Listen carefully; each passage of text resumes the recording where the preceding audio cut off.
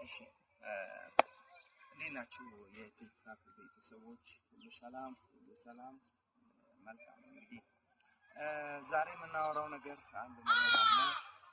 እሱ ምንድነው? ሰው እንዴት ከሰው ጋር አብሮ መኖር እንደሚቻል፣ ሰው ከተፈጥሮ ጋር፣ ሰው ከጎረቤት ከቤተሰብ ከተለያዩ ሰዎች ጋር እንዴት መኖር እንደሚቻል ነው እንግዲህ የምናየው ማለት ነው። የመጀመሪያው ነገር ምንድነው? ከሰው ጋር ለመኖር ቤዚክ ነገሩ ምንድነው?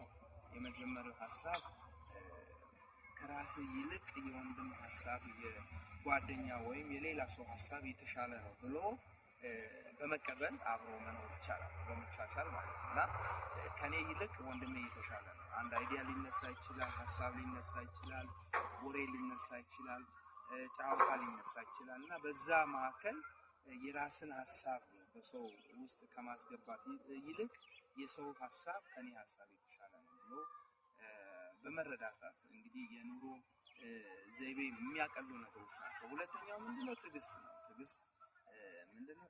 ትዕግስትን ስናደርግ ምንድነው? ትዕግስተኛ ሰው ብዙ ርቀት መሄድ ይችላል። አንደኛው ምንድነው?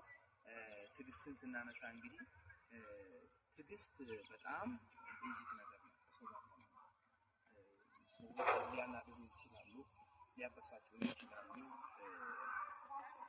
ደግሞ ለኛ ጋር ትዕግስታችንን ሊፈታተኑ ይችላሉ። እና በሆነች ሞመንት ነው በጣም ትዕግስትን አተን ብዙ ነገር ልናበላሽ እንችላለን። ስለዚህ ትዕግስት ሁለተኛ ቤዚክ ነገር። ሌላው ነገር ምንድነው? ሶስተኛው ነገር ሰውን ወይም ባልንጀራህን መጽሐፍ ቅዱስ እንደሚለው ከራስ በላይ አብልጦ መውደድ።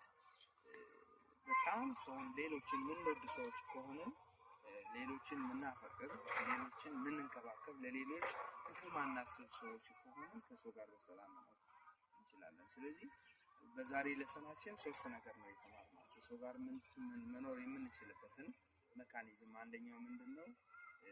የመጀመሪያው ሀሳብ ከኔ ይልቅ ወንድሜ የተሻለ ነው ብሎ በማሰብ።